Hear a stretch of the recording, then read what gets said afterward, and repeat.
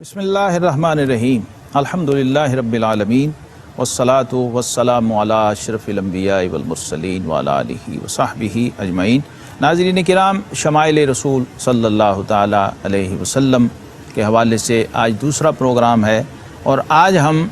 چہرہ اقدس مصطفیٰ صلی اللہ علیہ وسلم کی بات کریں گے، اور آقا کریم علیہ السلام کے چہرہ انور سے اور اس کے حسن و جمال اور ذکر سے اور والضحیٰ کی شانیوں سے ہم، جسے پیر مہر علی شاہ صاحب نے کہا، مکھ چند بدر شاہ شانی ہے، پنجابی میں عربی کا ایسا خوبصورت ٹچ انہوں نے دیا، اس تجلی سے فیضیاب ہونے کی کوشش کریں گے جو والضحیٰ والشمس والقمر میں چھپا ہوا ہے۔ آقا کریم علیہ السلام کے ظاہری حسن و جمال کو آج تک ساری انسانیت اور کائنات مل کے بیان نہیں کر سکی،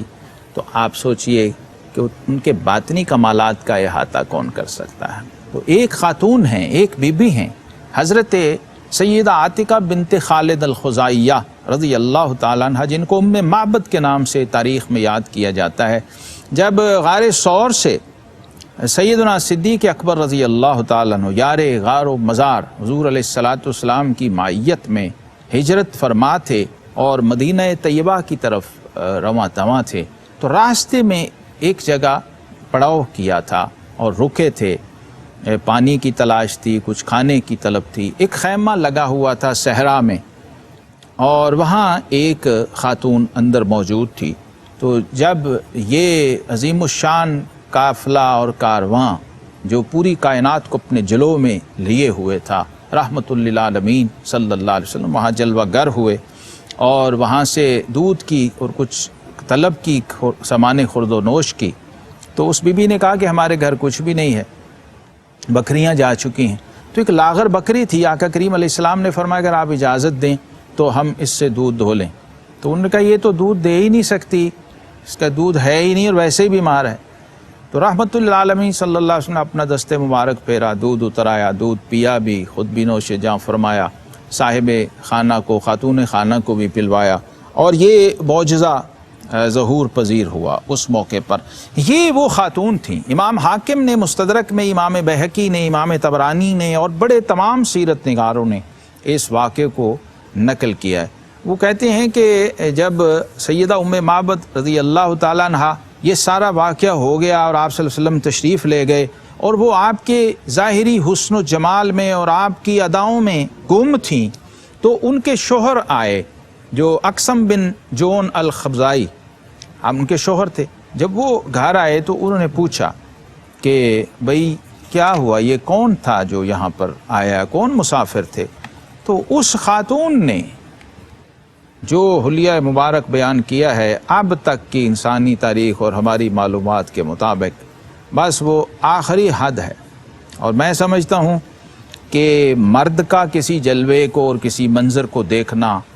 اور کسی صاحب نظر خاتون کا دیکھنا، اس میں بڑا فرق ہوتا ہے۔ جلوہ مصطفیٰ صلی اللہ علیہ وسلم کو ایک ایسی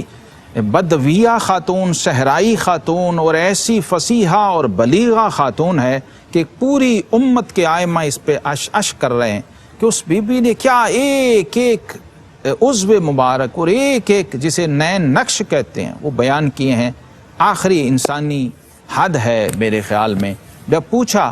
وہ کون تھے جو آئے تھے اور کیا ہوا اور کیا نہیں، تو اس بی بی نے جو الفاظ کہے ہیں، اللہ اکبر، اللہ اکبر، یہ ایسا حسن و جمال ہے ناظرین محترم کہ تو شاید ایک نعت کا شعر مجھے یاد آ رہا ہے کہ تو شاید کچھ بیاں ہو پائے ان کے قامت و قد کا، تو شاید کچھ بیاں ہو پائے ان کے قامت و قد کا، نظر صدیق کی حسن بیاں ہو ام معبد کا۔ تو سیدہ ام معبد رضی اللہ تعالیٰ عنہ نے کہا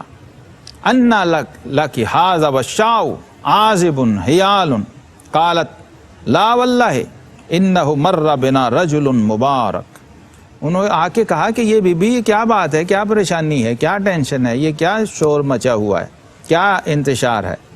گھر میں کچھ بھی نہیں، ویرانی تھی، پریشانی تھی، کیسے تم نے سارا کچھ کیا اور ڈیل کیا؟ تو اس بی بی نے کہا کہ یہ کوئی عام مسافر یا عام راہی یہاں سے نہیں گزرا، یہ تو کوئی بہت ہی بابرکت وجود مسعود تھا جس نے ہمارے گھر کو نوازا ہے۔ اور وہ جو الفاظ استعمال کیے، وہ کہتی ہیں اللہ اکبر، رأیت رجلا ظاہر الوداعۃ مبلج الوجہ حسن الخلق لم تعبہ سجلۃ ولم تضر بہ سعلۃ وسیم کسیم فی عینیہ دعج وفی اشفارہ وطف وفی صوتہ سہل احور اکحل ازج اکرن شدید سواد الشعر فی عنقہ سطع فی لحیتہ کساسۃ اذا سمت فعلیہ الوقار واذا تبسم سما وعلاہ البہا وکأن منطقۃ خرزات نظم طوال یتحدرن حلو المنطق فصل لا نظر ولا حذر اجہر الناس واجملهم من بعید واحلاهم واحسنهم من قریب ربعۃ لا تشنو من طول ولا تقتحمه عین من کسر غصن بین غصنین فهو انذر الثلاث منظرا واحسنهم قدرا له رفقاء يهفون به اذا قال استمعوا لقولی واذا امر تبادروا لامر محفوظ محشود لا عابس ولا مفند۔ اب سنیے، کہتی ہے میں نے ایک ایسا شخص دیکھا جس کا حسن نمایاں، چہرہ نہایت حشاش بشاش اور خوبصورت تھا، اخلاق اچھے تھے، نہ رنگ کی زیادہ سفیدی انہیں معیوب بنا رہی تھی، نہ گردن اور سر کا پتلا ہونا ان میں نقص پیدا کر رہا تھا، بہت خوب رو اور حسین تھے، آنکھیں سیاہ اور بڑی بڑی تھیں اور پلکیں لمبی تھیں، ان کی آواز گونجدار تھی، سیاہ چشم و سرمگیں، قدرتی سرما لگا ہوا تھا، دونوں ابرو باریک اور ملے ہوئے تھے، بالوں کی سیاہی خوب تیز تھی، گردن چمکدار اور ریش مبارک گھنی تھی، جب وہ خاموش ہوتے تو پروقار ہوتے اور جب گفتگو فرماتے تو چہرہ اقدس پر نور اور بار رونق ہوتا، گفتگو گویا موتیوں کی لڑیاں جس سے موتی جھڑ جھڑ جا رہے ہوں، اور گفتگو واضح ہوتی، نہ بے فائدہ ہوتی نہ بےہودہ، دور سے دیکھنے پر سب سے زیادہ باروب اور جمیل نظر آتے، اور قریب سے دیکھیں تو سب سے زیادہ خوبرو، شیریں گفتار اور حسین دکھائی دیتے، قد میں آنا تھا، نہ اتنا طویل کہ آنکھوں کو گراں گزرے اور نہ اتنا پست کہ آنکھیں معیوب جانے۔ آپ صلی اللہ علیہ وسلم دو شاخوں کے درمیان ایک شاخ تھے جو خوب سر سبز و شاداب اور قداور ہو، اور ان کے ساتھی ان کے گرد حلقہ بنائے ہوئے تھے، جب آپ صلی اللہ علیہ وسلم کچھ فرماتے تو وہ ہمتاً گوش ہو کر غور سے سنتے، اور اگر آپ حکم دیتے تو وہ فوراً اسے بجا لاتے۔ سب آپ صلی اللہ علیہ وسلم کے خادم تھے، اور آپ نہ ترش رو تھے اور نہ ہی آپ کے فرمان کی مخالفت کی جاتی تھی۔ چند لمحوں میں اس بی بی نے، اس خاتون نے اتنا مشاہدہ کیا ہے اور اتنا اس ذات پاک صلی اللہ علیہ وسلم کا ایکسپریشن اور فلو تھا کہ چند گھڑیوں میں اس پوری فضا کو کیپچر کیا، اور اس خاتون کے وجود، تصور اور خیال پر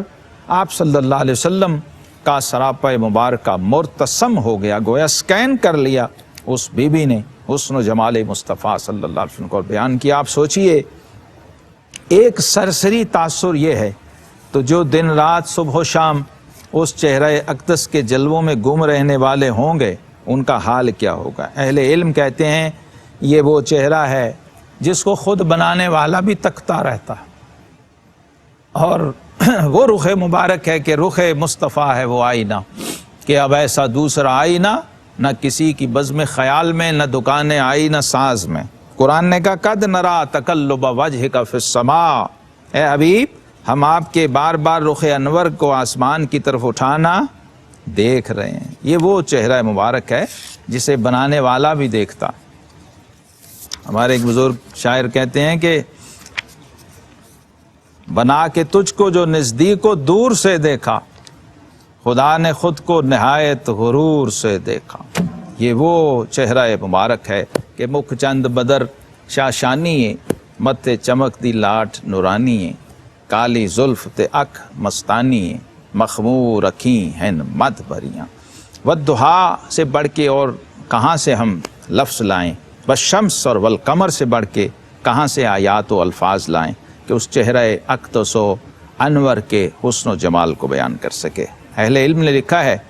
کہ حسن اور جمال میں بھی فرق ہوتا ہے۔ عام طور پہ ہم یہ سمجھتے ہیں کہ حسن و جمال ایک ہی چیز ہے، لیکن جو اہل تحقیق، اہل لغت ہیں، وہ کہتے ہیں حسن ظاہری خوبی کو کہتے ہیں اور جمال باطنی خوبی کو کہتے ہیں۔ اور اکثر یہ ہوتا ہے کہ ہر حسین جمیل نہیں ہوتا اور ہر جمیل حسین نہیں ہوتا، لیکن رب ذوالجلال نے، خالق کائنات نے، مصور حقیقی نے اپنے محبوب کریم علیہ الصلاۃ والسلام کی ذات پاک کو حسن و جمال اور فضل و کمال کا ایسا مرقع اور ایسا جامع نمونہ بنایا ہے کہ اس کی مثال نہ ماضی میں ہے، نہ حال میں ہے، نہ مستقبل میں ہے۔ صحابہ کرام دیکھنے والے کیا کہتے ہیں، ذرا ان کے الفاظ سنیے۔ کہتے ہیں صدیق اکبر رضی اللہ تعالیٰ کی امامت میں ہم نماز پڑھ رہے تھے تو آقا کریم علیہ الصلاۃ والسلام علالت کے دنوں میں، ایام علالت میں، ذوف میں، جب آپ حجرہ مبارکہ سے جلوہ گر ہوئے تو کہتے ہیں کأن وجہہ ورقۃ مصحف، ایسے لگتا تھا کہ آپ کا چہرہ انور قرآن پاک کا ایک ورقہ ہے۔ پھر حضرات صحابہ کرام علیہم رضوان کے اس بیان کو امام مناوی رحمہ اللہ وہ کہتے ہیں کہ چہرہ انور کے حسن و جمال، ظاہری نظافت و پاکیزگی اور چمک دمک کو قرآن کے ورق سے تشبیہ دینا یہ اس لیے ہے کہ یہی وہ روح مقدس ہے جو جمال خداوندی کے مشاہدہ سے فیضیاب ہے۔ اللہ اکبر، جو ہر وقت جمال خداوندی کے مشاہدہ سے فیضیاب ہے اور ہر وقت خود چشم قدرت اس جلوے پر اور اس چہرہ اقدس پر مرتکز رہتی ہے۔ اب کوئی کیا تصور کر سکتا ہے اور کیا اندازہ کر سکتا ہے کہ وہ خالق کے جلووں میں گم ہیں اور خالق کی توجہ اور خالق کی نگاہ ان کے چہرہ اقدس کی طرف ہے۔ اسی طرح امام نووی فرماتے ہیں کہ جس طرح ورق مصحف کلام الہی ہونے کی وجہ سے حسی اور معنوی نور پر مشتمل ہو کر دیگر تمام کلاموں پر فوقیت رکھتا ہے، اسی طرح حضور صلی اللہ تعالیٰ علیہ وسلم اپنے حسن و جمال، اپنے چہرہ انور کی نظافت و لطافت اور پاکیزگی اور تابانی میں یکتا و تنہا ہیں۔ یعنی قرآن جس طرح اللہ تبارک و تعالیٰ کی ذات، صفات، کلام، کمالات کا مظہر ہے، اتم ہے، اسی طرح انسانوں میں، انبیاء میں اور اللہ تبارک و تعالیٰ کی بنائی ہوئی مخلوق میں رسول اللہ صلی اللہ تعالیٰ علیہ وسلم کی ذات گرامی اس طرح یکتا ہے کہ یہی منظور تھا قدرت کو کہ سایہ نہ بنے، یہی منظور تھا قدرت کو کہ سایہ نہ بنے، ایسے یکتا کے لیے ایسی ہی یکتائی، ایسا بے مثل و بے مثال بنایا کہ آقا کریم علیہ السلام نے فرمایا من رآنی فقد رأى الحق، جس نے مجھے دیکھا اس نے حق دیکھا، یعنی اس نے مجھے ہی دیکھا۔ اور شیطان کو یہ قدرت و قوت نہیں دی گئی کہ وہ میری شبیہ تک اختیار کر سکے۔ شیطان کے پاس بڑی قوتیں ہیں، بڑی طاقتیں ہیں، لیکن حضرات صحابہ کرام علیہم رضوان فرماتے ہیں، حضرت براء بن عازب یہ بھی حضور علیہ السلام کے جلووں کو، سراپا کو بیان کرنے والے راوی صحابی ہیں، کہتے ہیں کان رسول اللہ صلی اللہ علیہ وسلم احسن الناس وجہا واحسنہم خلقا، آقا کریم علیہ الصلاۃ والسلام کا چہرہ مبارک وہ بھی بے مثل و بے مثال تھا اپنے حسن و جمال میں، اور آپ کے اخلاق حسنہ وہ بھی حسین و جمیل تھے اور بے مثل و بے مثال تھے۔ حضور علیہ الصلاۃ والسلام کے چہرہ اقدس کو حضرت ابو ہریرہ رضی اللہ تعالیٰ عنہ جو اکثر حدیثوں کے راوی ہیں، انہوں نے جو الفاظ کہے ہیں وہ بھی انتہا ہے۔ کہتے ہیں ما رأیت شیئا احسن من رسول اللہ صلی اللہ علیہ وسلم کأن الشمس تجری فی وجہہ، اللہ اکبر، ایسی تشبیہ بھی تشبیہ و استعارے کی دنیا میں شاید نہ ملے۔ کہتے ہیں کہ میں نے رسول اللہ صلی اللہ علیہ وسلم سے بڑھ کے حسین نہیں دیکھا، ایسے لگتا تھا جیسے سورج آپ کے رخسار مبارک کا طواف کر رہا ہے، اللہ اکبر، سورج آپ کے رخسار مبارک میں گردش کر رہا ہے۔ اور حضرت ربیع بنت معوذ کہتی ہیں، یہ بھی خاتون ہیں، بچے نے پوچھا حضرت ابو عبید نے، تو فرماتی ہیں یا بنی لو رأیتہ رأیت الشمس طالعہ، گویا تو حضور علیہ السلام کو دیکھے تو تجھے ایسے لگے گا جیسے سورج گردش میں ہے، سورج سفر میں ہے، سورج چلتا ہوا جا رہا ہے۔ اللہ اکبر۔ اب یہ دیکھنے والے کی نگاہ ہے، لیکن آقا کریم علیہ السلام کو حضرت براء بن عازب کے سامنے ایک شخص نے کہا کیا حضور صلی اللہ علیہ وسلم کا روح انور تلوار کی مانند تھا؟ فرمایا نہیں، لا بل مثل القمر، نہیں بلکہ وہ چاند کی طرح تھا۔ حقیقت یہ ہے کہ یہ انسانی فکر کی انتہا ہے۔ ذات پاک مصطفیٰ صلی اللہ تعالی علیہ وسلم حسن و جمال قدرت کا ایک ایسا شاہکار ہے کہ انسان کے بس میں نہیں کہ وہ لفظوں میں اس کو بیان کر سکے۔ آخری بات یہی ہے کہ لا یمکن الثناء کما کان حقہ، بعد از خدا بزرگ توئی قصہ مختصر۔ وصلی اللہ تعالی علی النبی الامی وآلہ وصحابہ اجمعین برحمتک یا ارحم الراحمین۔